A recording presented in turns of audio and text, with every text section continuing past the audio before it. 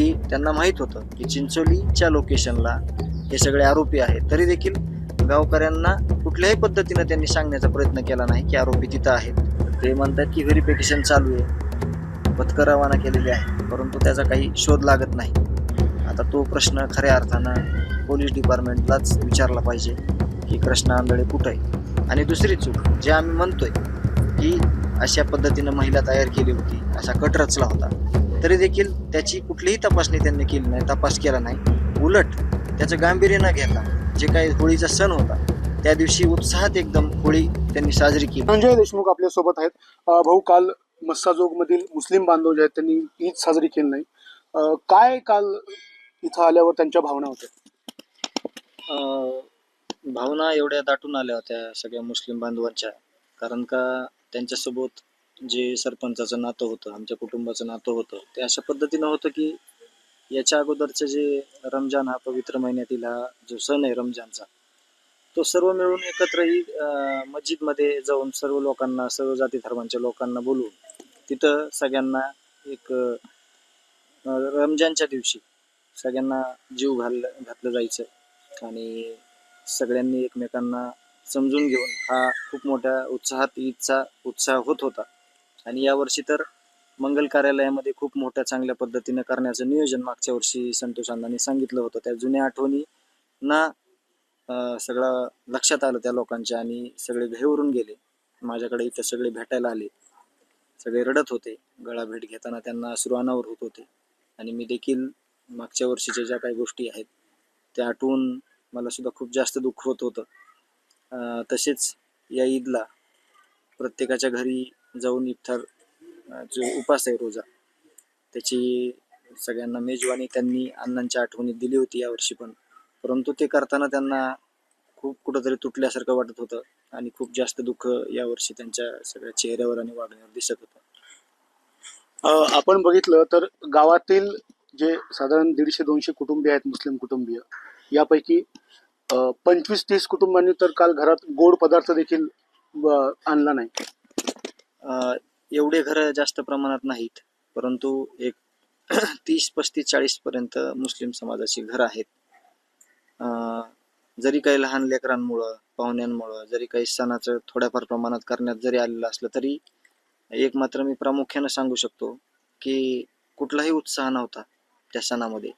जे मला लोक भेटायला आलते त्यांनी अक्षरशः सगळे जुने कपडे जे आपण नेहमी घालतो ते कपडे घालतात त्यावरच आले होते आणि माझ्यासोबत बऱ्यापैकी दिवसभर त्यांनी वेळ घालवला आणि कुठल्याही उत्साहात किंवा हा ईदचा एवढा पवित्र सण असतो रमजानचा, तो काल नाही केला. आपण बघितलं तर साधारण आता या घटनेला 100 दिवसापेक्षा अधिक दिवस झालेले आहेत आणि आता पुढची जी आंदोलनाची रणनीती असणार ती काय असणार आहे नेमकं? आपण जरी किती जरी दिवस झाले तरी परत एका गोष्टीवर येतो, ते म्हणजे 9 डिसेंबर, 6 डिसेंबर, 28 मे, 29 नोव्हेंबर, 12 डिसेंबर आणि तिथले 8 दिवस पुढचे. कारण ह्या कालावधीमध्ये जोपर्यंत केज पोलीसच्या हातात तपास होता, तो तपास कुठल्याही पद्धतीनं त्यांनी चोख करण्याचा प्रयत्न प्रामाणिक केला नाही. त्याचाच भाग म्हणून जे काय आत्ता तुम्हाला पुढचा मला प्रश्न विचारणार आहेत तुम्ही, किंवा जे काही तुम्ही मला संदर्भ दिलाय त्या अनुषंगाने मी थोडं बोलतो. कारण का काल जी हत्या झालेली आहे कळंबमध्ये, त्या महिलेची हत्या झाली होती आणि वारंवार तुम्ही सांगत आला होतात की असं काही आहे आणि ती जी गाडी होती संतोष देशमुख यांची, ती गाडी कळंबकडे वळवण्यात आली होती आणि त्याच अनुषंगाने तुम्ही पण मागणी केली होती की याची चौकशी व्यवस्थित झाली पाहिजे आणि त्याच महिलेचा मृत्यू 2 दिवसापूर्वी झालेला आहे. चौकशी व्यवस्थित सोडा, केस पोलिसनं त्याची इन्क्वायरी देखील केली नाही कुठं, किंवा ते त्यांचं काम होतं, त्यांच्या हातात तपास होता त्यावेळेस की ती महिला कोण आहे.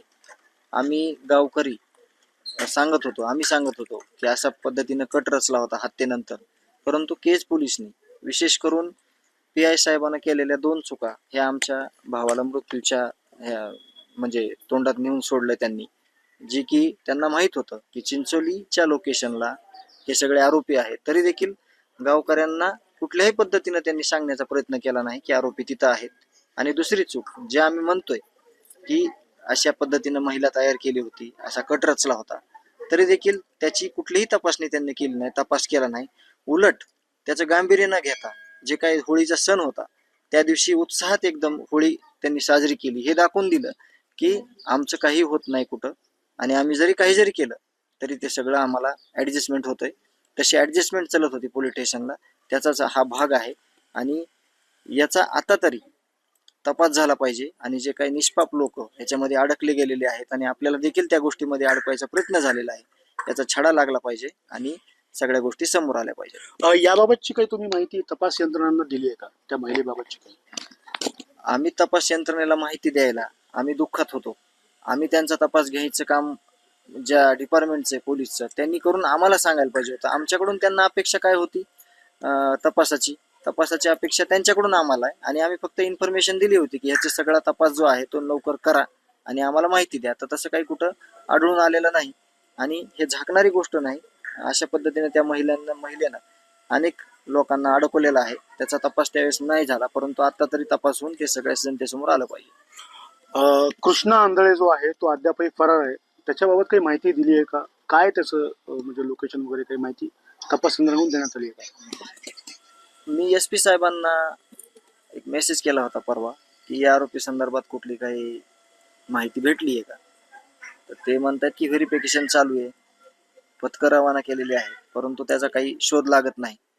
आता तो प्रश्न खऱ्या अर्थानं पोलीस डिपार्टमेंटलाच विचारला पाहिजे की कृष्णा आंधळे कुठं आहे आणि का जेरबंद होत नाही, हा प्रश्न त्यांचा आहे. आज बघायला गेलं तर सयाजी शिंदे काही वेळातच तुमची भेट घेणार आहेत, आणि त्यांचं भेटीचं काय नेमकं कारण असणार आहे? आम्ही मागच्या एक 5-7 वर्षापासून त्यांची जी संकल्पना आहे सह्याद्री देवराई, त्यामार्फत जसं जमल तसं आम्ही घनवन प्रकल्प केलेला आहे इथं. त्यांना ते दाखवलेलं पण आहे, आणि त्यांनी एक छोटासा पुरस्कार देखील आम्हाला त्यांनी दिलेला आहे एक मागच्या 2 वर्षात 23 मार्च 2023ला. आणि जे ते काम करतायत, जे झाडांचं काम करतायत सह्याद्री देवराईच्या मार्फत, जे काही निसर्गाचा समतोल राखण्यासाठी जे वृक्षारोपणाचं काम करतायत, त्याच कामावर आम्ही थोडंफार काम करून त्यांच्याशी आमचे संबंध आहेत, आणि त्याचेच एक भाग म्हणून ते सांत्वन करण्यासाठी आज आम्हाला येत आहे. आपण बघायला गेलं तर अजित पवार यांची तुम्ही उद्या भेट घेणार आहात, नेमकी काय काय मागणी असणार आहे? जे बीड जिल्ह्यामध्ये या 3 महिन्याच्या कालावधीमध्ये जे काय सगळा गोंधळ चालू आहे ते सगळं महाराष्ट्र राज्य बघतंय. दुसरी कुठलीच बातमी नाही बीडशिवाय. परंतु ही बातमी एवढ्या प्रखरतेनं का होतीये, याचं कारण असं आहे की हे गांभीर्यानं कुठंच लक्ष देत नाहीत. चुका झाल्यानंतर त्याच्या मागं पळापळ करण्यापेक्षा चुका होण्याच्या अगोदर हे कुठल्याच गोष्टीवर गांभीर्यानं घेत नाहीत. त्याच्यामुळे ह्या सगळ्या गोष्टी होत आहेत. जेल प्रशासनामध्ये याच्या अगोदर मला वाटत नाही की तिथं चुकीच्या गोष्टी घडलेल्या आहेत. आता हे आरोपी मध्ये गेल्यापासून विविध गोष्टी बाहेर येत आहेत. आवक जावकला 1 महिन्यापूर्वी दिलेला असताना त्याच्याविषयी कुठलंच काही स्पष्टीकरण येत नाही, कुठलीच काही माहिती येत नाही. याचं गांभीर्याने ह्या सगळ्या गोष्टी घेण्यासाठी जे काही बारामती मराठा क्रांती मोर्चाची समन्वयक समिती आहे, त्या समितीनं अजितदादांना एक पत्र दिलंय, आणि त्या पत्रात उल्लेख असा आहे की या प्रकरणात, देशमुख हत्या प्रकरणामध्ये जे काही आरोपी आहेत त्या आरोपींच्या संदर्भात आता जे सध्या जेल प्रशासनामध्ये चालू आहे ज्या गोष्टी, त्यावर तुम्ही गांभीर्यानं घेऊन देशमुख कुटुंबियाची भेट घ्या आणि त्यांच्या अडचणी जाणून घ्या, असं दादांना त्यांनी सांगितलेलं आहे. त्याप्रमाणे आम्हाला वेळ भेटल्यावर आम्ही त्यांना उद्या त्या वेळेत भेटणार आहोत. काल वाल्मिक करड्याला मारहाण झाल्याचा आरोप केला होता, मात्र महादेव गित्ते यांच्या पत्नीने हे सगळे आरोप फेटाळून लावले, आणि त्यांनी असा आरोप केलेला आहे की माझ्याच पतीला त्या ठिकाणी मारहाण झालेली आहे. याच्यावर काय सांगाल? ह्याच्यावर एवढंच बोलेन मी, एकदम महत्वाचं आहे, कुणी कुणाला मारल्यापेक्षा तिथून फक्त त्यांना तिथंच ठेवलं जातंय, आरोपींना, या खुनातल्या आरोपीला, वाल्मिक कराड असेल किंवा त्या टोळीला. परंतु दुसरे जे कोणी गेले त्यांना हरसूलला पाठवलं जातंय. ह्यांना कुठेतरी बाहेर काढलं पाहिजे, ह्यांना कुठेतरी बाहेर टाकलं पाहिजे. हे असं का होतंय?